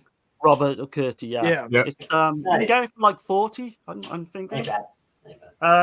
His writing is amazing as well. He's up there with Troy Hayward for me. Roberto Curti is bad dude, man. I'm just got into it now. I think I'm like 20 pages in or something, but superb reviews on everything. So yeah, that's one thing that I'm just now starting to get into is the crime procedural Poliziotteschi movies and things like that. It's great stuff. Yeah. I can't recommend that Years of Lead said enough. Really, that's you need to start there. And also the Violent Streets from Severin. Oh hell yeah! Oh that's probably worth all 5 of those are good. That one I do have coming. It should be over soon. Yeah. Damn, Severin still ain't got it to you, huh? Buddy, I'm still waiting. Fucking, it's been what 4 months now since I pre-ordered that one stuff. I've seen it. It's down to $80, and that's. I think they may have like figured out who I am. And they're like, we ain't sending him shit. Like, hold it up as long as possible. Check out a Mario Bava one though. Rabid Dogs. It is. Yeah. Not that's one Kino has. Yes. Yeah. Not to be confused with the one in the in that era like Rabid Dogs. That. But you got 2 different films, but you got George Eastman in that one. Like it's you've got like 3 villains in this car, and it's like a car movie, like a road movie in a way, but it's done completely like Bava's just put his own stamp on it. I was just thinking though, like about him, George Eastman, in terms of like, I think that his Killer in Absurd is like one of the most underrated fucking killers ever. I love Absurd. That movie is insane, man. That's only even knockoff ever. This day. Best Halloween knockoff for sure. I'm just like, what in the whole oven scene and everything? That is just that goes on way too long. Yeah, and I mean, what happens later, you know, comes back as well, with all her hair singed, spaghetti while watching. I've always loved Absurd. I want to get the 4K of that, but it's still like $30-$40 or something. So Uncle Bill, there's one coming out from 88 Films. The end of June, releasing both. The end of June. Oh, really? Releasing that and then releasing Anthropophagus. And they look like bang up jobs as well. I've got them pre-ordered. Oh, JT loves Anthropophagus, dude. That's a movie where I was like, like they went all the way in with this one. They were just like Joe D'Amato just fucking didn't care. People say that's slow though, because me and Dirk did a stream on it going back a while. It is slow. I think in terms of like and there's a lot of scenic shots and stuff like that. I guess the island they were on or whatever, like and there's a big castle and shit. They just took their time and showed like all that they get to get the production value out of it. But when stuff happens in that movie, you're just kind of like, God Almighty, like it really happens. Like some of the stuff that goes on, you got to shake your head. Oh, Jackson Jack said he's still waiting on Super Whore. Instead of Superman. Camille Keaton had to work because Michael was just a baby. Oh shit, Uncle Bill, like if you're still checking out the Italian crime stuff, I've told you about this one a million times, but you got to get the Fernando DeLeo set. Oh yeah, you got to check that out. Caliber 9, Italian Connection. You'll like those for sure. You guys keep talking about Caliber 9, but I've never seen Caliber 9 is top tier shit, man. It really is. He did another one called Naked Violence as well, Fernando DeLeo. Another one I'd recommend is Deodato's one. I think he only ever did one, and it's Live Like a Cop, Die Like a Man. The first 10 minutes, 15-minute chase in that. Well, you've got Mark Peral, who's in Don't Torture a Duckling. You've got I just wish they were on different motorcycles. That's the only thing I was Mark Peral was amazing, man. But Ray Lovelock as well is an amazing actor. We're So- almost human, obviously. Yeah. Somebody mentioned this earlier, so I figured I'd ask you guys. So they said at the end of this, are we going to do like a top 3 movies of his, like for people that have never seen any of his movies? And I'm sitting here thinking, well, he only did like 10 fucking movies. So I mean, like the top 3 would be, should Out be of the fairly ones we've easy. seen, yeah. Yeah, out of the ones that we've seen. Like, what would I you think say? we'd probably all agree on the first one, won't we? So I would. Yeah, Solange for imagine. sure. Solange Solange gotta is be number number one. one, Yeah, yeah. definitely. And then 2, man, I think I like.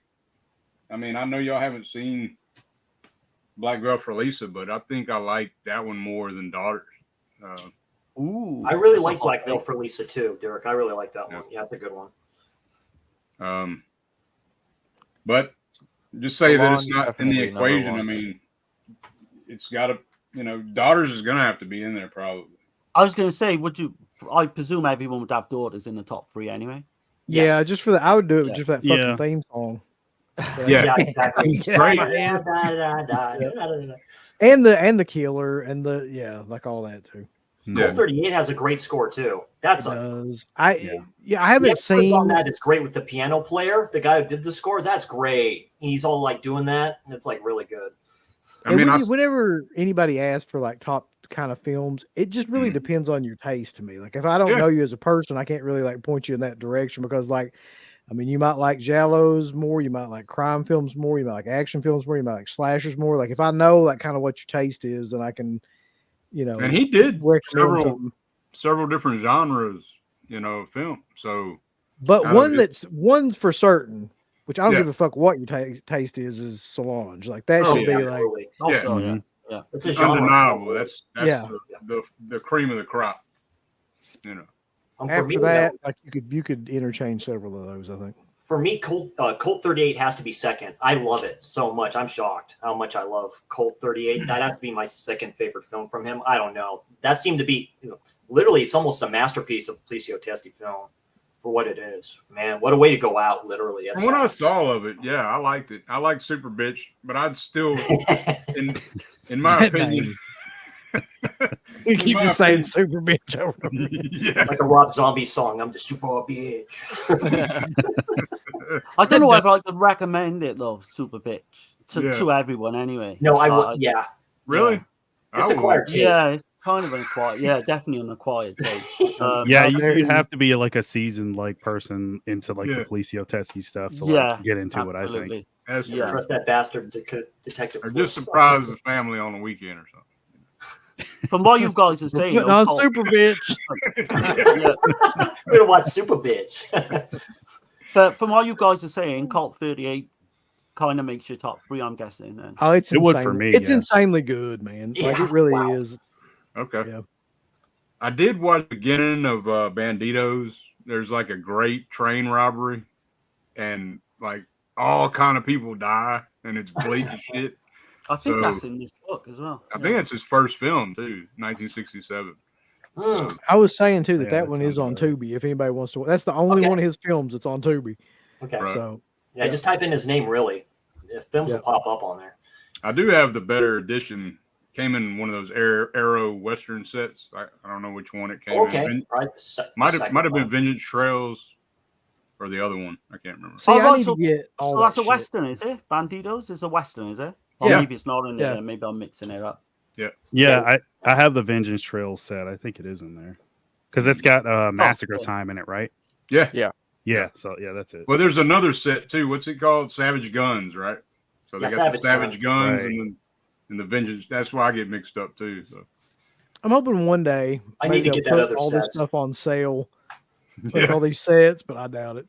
They will. I mean, I got the They did last time. Barnes and Noble did. I remember they had it. Yeah. They had them available. Yeah, for a I good got price, one of like those $40, sets I for think. half off. Yeah. Yeah. It was like $25 or something. Hamilton book. I think I got Vengeance Trails for Yep. cheap. Me too. They had that last Giallo Essential set that they released. That was the lowest Oh I've yeah, seen it. They that's had it where for I like got one of $30. those. I can't remember which one. It was cheap as hell though. Yeah. Yeah. Yeah, I still need to get a couple of those Giallo Essential sets. I have red, white, and yellow. I still need the blue and the black the set. If you already have them, don't get. That's the thing. Yeah, I know what's in them. Oh, For me, the it's like, black set is amazing because you got. I love that set. The Killer Reserve 9-seat is the standard. The Weapon of the Hour, the Motive is a. I think I like the red set the most, if I remember right. And it got the 5th chord in it. Yes. Yeah, I like that set the most. Yeah. Out of those. Pajama Girl case. Never underrated. Oh yeah, that's a really good one. The Pajama Girl case. Mm-hmm. So, I guess this brings like the finale edition of this for this season to an end. Right. And CK wanted me to announce that he always has me do announcements on these shows. That one of the next things that we're going to be doing is it's basically going to be our Cruel Summer spectacular that we do every year around this time. Love it. And we're going to be reviewing obscure ass slasher films, 2 of them at a time, basically. Oh. So it'll be me and him. I'm not sure if he's planning on doing it every week or not, but that is the next show that's going to kind of take place. And it's called the Cruel Summer Slashback. The first show is going to be pretty killer. It's going to be Cheerleader Camp and Fatal Games. Oh, okay. Wow. I Nice. still Okay. want Fatal Games. Yeah. What we want to do is kind of keep it actually towards like summer. So Right. like all of the slashers will probably take place like in the summer or like around, camp, summer kind of things as well. Garrett wrecks that film. Yeah. He really does. Both I haven't seen Cheerleader Camp in forever, but I just watched Fatal Games not too long ago, so I'm pretty good with that one. Nice. Yeah, I'll have to dust off my old Anchor Bay DVD of Cheerleader That's Camp. the same one I've got. That's the the only only one one I that you got. got. Yeah, that's the same one he has. Yeah. That's worth a lot of money as well. Oh, is That's it? Way, Oh, okay. way out of print. Yeah, there's something to do with the rights issue with it. Yeah, No does one- it doesn't exist on anything else, I don't think, does it? Right, I think someone I don't asked think so. Felcher, and he basically said, "I don't think there's ever going to be one come out." You Yeah. know, I don't know. That's a why good category for obscure. I agree with that. Yeah, it's definitely So that's coming up. When the hell we're doing that, I'm not entirely sure. It's probably already up on the YouTube page. So like check out the YouTube page over at DEADPIT if you want to like see when that's coming up. What else we got going on? Jesus, Mark, do you know? I usually know shit better than I do. Yeah, you guys got the Hall stream with Garrett. That's right. Yeah. Hall for all.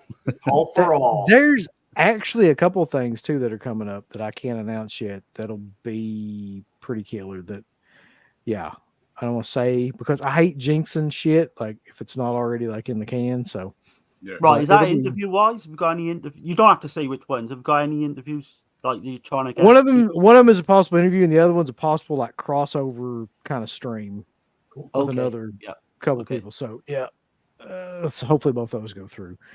But yeah, that's what we got for now. Anybody else starting with you? I know that like Dirk and Darren, you guys have got to have shit coming up. Like you're doing the Mario Bava shit right now, which I was actually really happy that you were doing that because like That was a great stream. I wanted to man. see that. I appreciate it. I like yeah, the we're take doing. yeah. Yeah, we're covering Lucio Fulci 3 from him Oh, this Saturday. So Yeah. Lizard and Woman's Skin, Beatrice Chinchi, and Don't Torture a Duckling. Yeah. Hell We yeah. haven't covered it yet. We haven't covered Oh, those. really? Yet. So okay. yeah, gotta get them out. We got the Eric dead end really likes, driving stuff as well, Beatrice. Dirk, haven't we? What's that? We got the dead end driving stuff as well with Dan. Yeah, we're doing the Dead End Drive-In on Visit Above Voices Network with Dan Shine, Flesh Wound Features. So it's like Grindhouse films. Night of the Demon. Kick ass. So Just to let you know, that Years of Lead box set is currently on sale for $41 at Diabolic.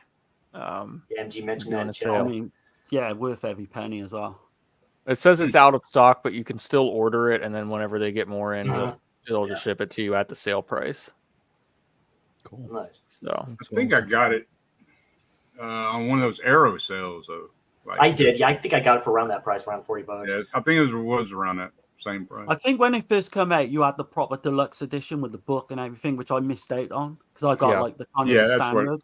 Me That's too. a standard. I but kicked myself over that, but yeah, it's worth it's a it. standard, but I mean, hell, I don't Yeah. need a book really. Any box set I would get from Arrow, it goes on sale. The Italian Gothico set is great. That's a great box set. That's another good one. Yeah, I think me and Dirk are going to get to that at some point as well. Right. Yeah. All right, Mark, what do you got going on? I have no idea. Oh, shit. I know I should be a lot better with this shit by now, but I'm just not. Like, I don't. Whatever, like 50 million things that I've gotten in like the past month or so, I could just end up throwing a video up. So I just stay tuned to the channel. Mark's next video is him like unboxing a casket that he got from like a Hammer Films Dracula set or something. It's a full size casket. You know what's funny? There is a Hammer like movie that has like a bust of like the coffin of Dracula. Really? Of course, yeah. It's got like this thing that goes over it. I forget the name of it, but it's really cool. I'll post a coffin that was used in the first film.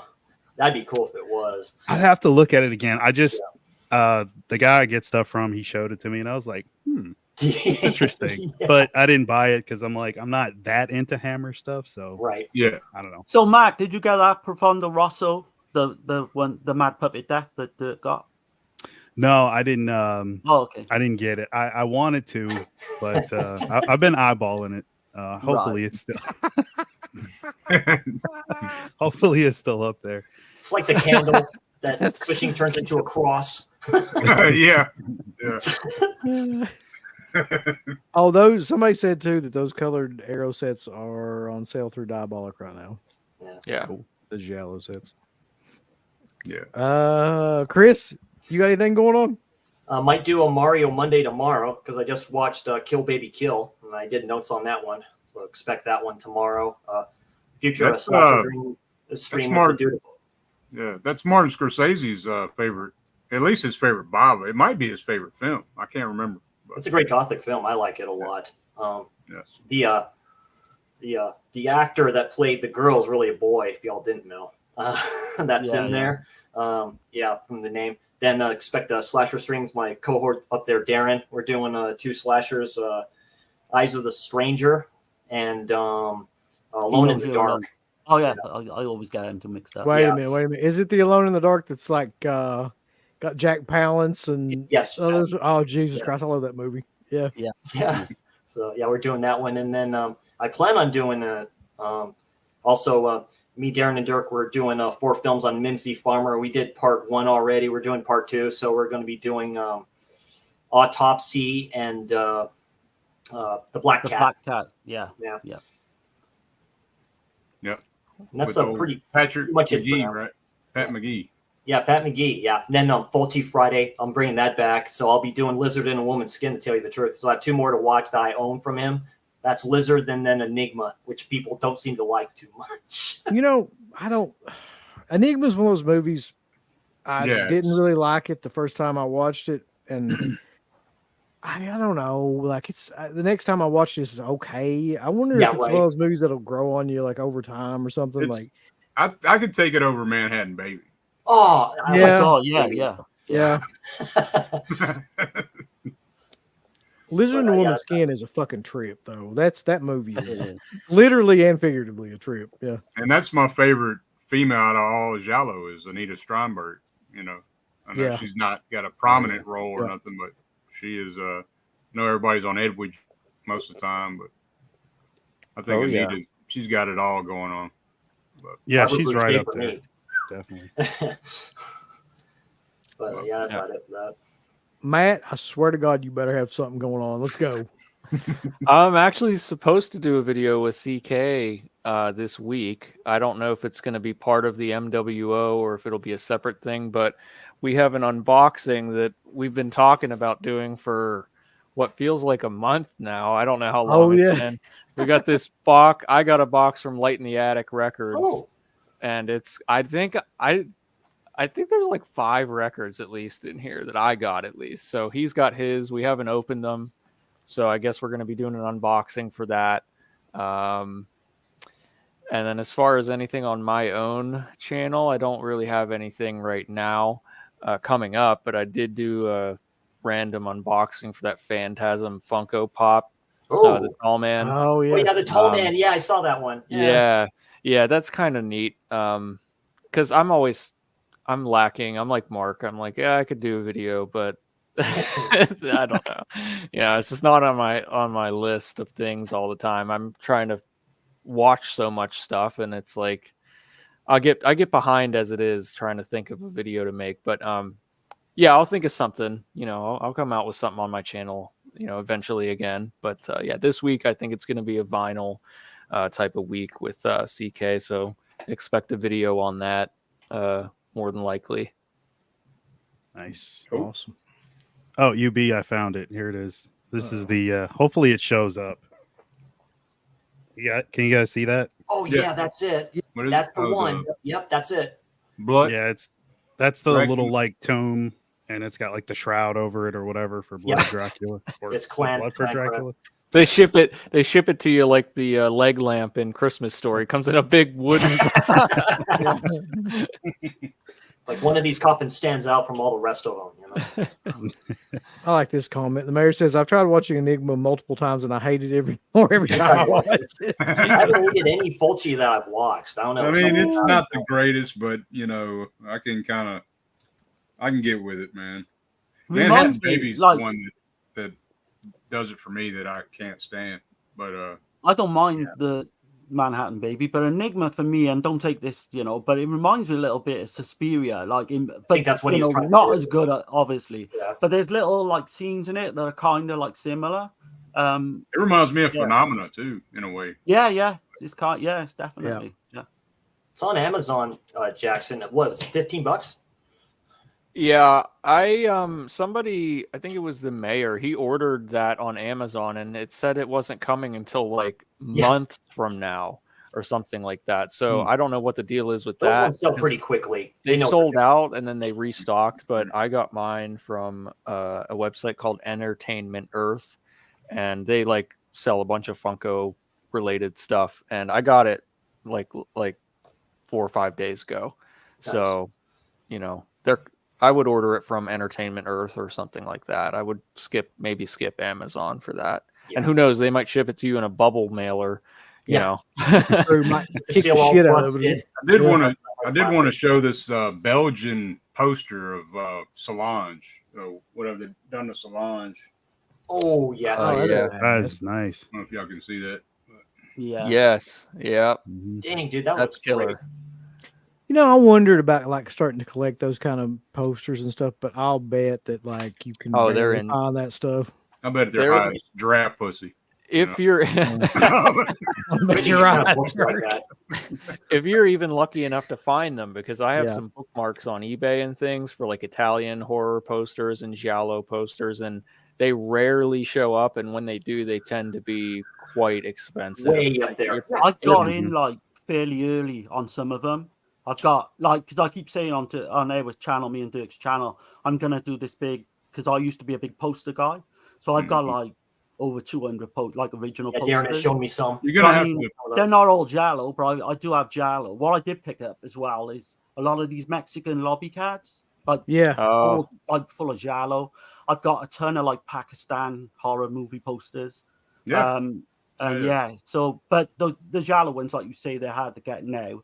I got a few. I did pick up a few, but it was really early on. You have to do an aerial view, like on a table spread. Yeah, that's what I'm gonna do. Yeah, that's what I am gonna like do. A carpet. Yeah. I'm not in Uncle Bill or CK's league for posters, but I've got quite a few, man. Well, I kind of wish now that I would have concentrated on shit like that, like early in the 2000s, and we probably would have, been a turnaround of like $1 million by now. I think the only giallo related posters I have a original one sheet for Torso. Oh, and nice. And then I have this. This is cool. I have to show it off someday. I don't have it framed yet, but when I do, I'll pull it up on here. I have like a Australian day bill, which are the thinner, shorter. Yeah, I have an original day bill for Cat o' Nine Tails. Oh, yeah. It was such a random. I need to revisit Cat o' Nine Tails, man. Yes, you do, Dirk. It's been a while. I would say like a little tip as well. If you do want to get into giallo like posters, go for like the international ones. Don't go for the one sheets. Go for the and you will get them a bit cheaper, like the German ones. And try and get them from Europe more. But Japanese posters are really nice too, just because of the letter. I was just gonna say that. Like, I got into the Japanese ones. Like, it was probably around like the 2009, 2010 era of like my collecting of posters. But I started to do that, and then I went to other countries, and I was like, wait a minute, let me just focus on some of the movies more. You just get stuck in like doing that, like it just go down the rabbit hole of all the different countries, and you're like, what are you? There's a nice one to Friday. That's why I haven't gotten into the vinyl, because I know my wife would kick my ass. Like, you gotta. That shit. You can't collect all of the different shit. You know what I mean? Like, there's no way. Like, you can't go figures, vinyl, posters, movies. Yeah. Like, you just at some point, like, be broke. I have is you got to cherry pick. I stopped posters like 3 or 4 years ago, maybe longer, maybe 5. I just stopped completely because, like you say, it gets more. You know, you need money for movies and all this good stuff. Your light bill, you know, food. Well, yeah, that too. Electricity. Exactly. Right. Well, guys, it's been amazing. I appreciate like everybody coming on here. This is like a murderer's row of people, and I'm really, really happy that you guys came on. I appreciate everybody in the chat for coming on to this, and I hope that, like, if anything, this turns people on to these movies more, like some of maybe the Italian directors that you haven't seen. A lot of people have seen Argento and Fulci, and hopefully will continue down this path, especially if you get into giallos, like I think we all are at this point. So until we do the Slashback, which I don't know when that is, sometime this week coming up, I am Uncle Bill, and we are out of here. I'll see you guys later. All right. Peace. Later all. Give us the thumbs up. Off you butts. Like, subscribe. And if you subscribe, here's something else you can do. Once you subscribe, you can click the bell notification, right? And it'll notify you anytime that Dead Pit puts up new shit. Or don't. I really don't give a fuck. I want you to. I don't care. Let's keep our community growing here on YouTube. I don't like it. I don't want you to do nothing. Listen, they need to do that now. No, don't you dare touch it. Thumbs up. Subscribe. And click that bell.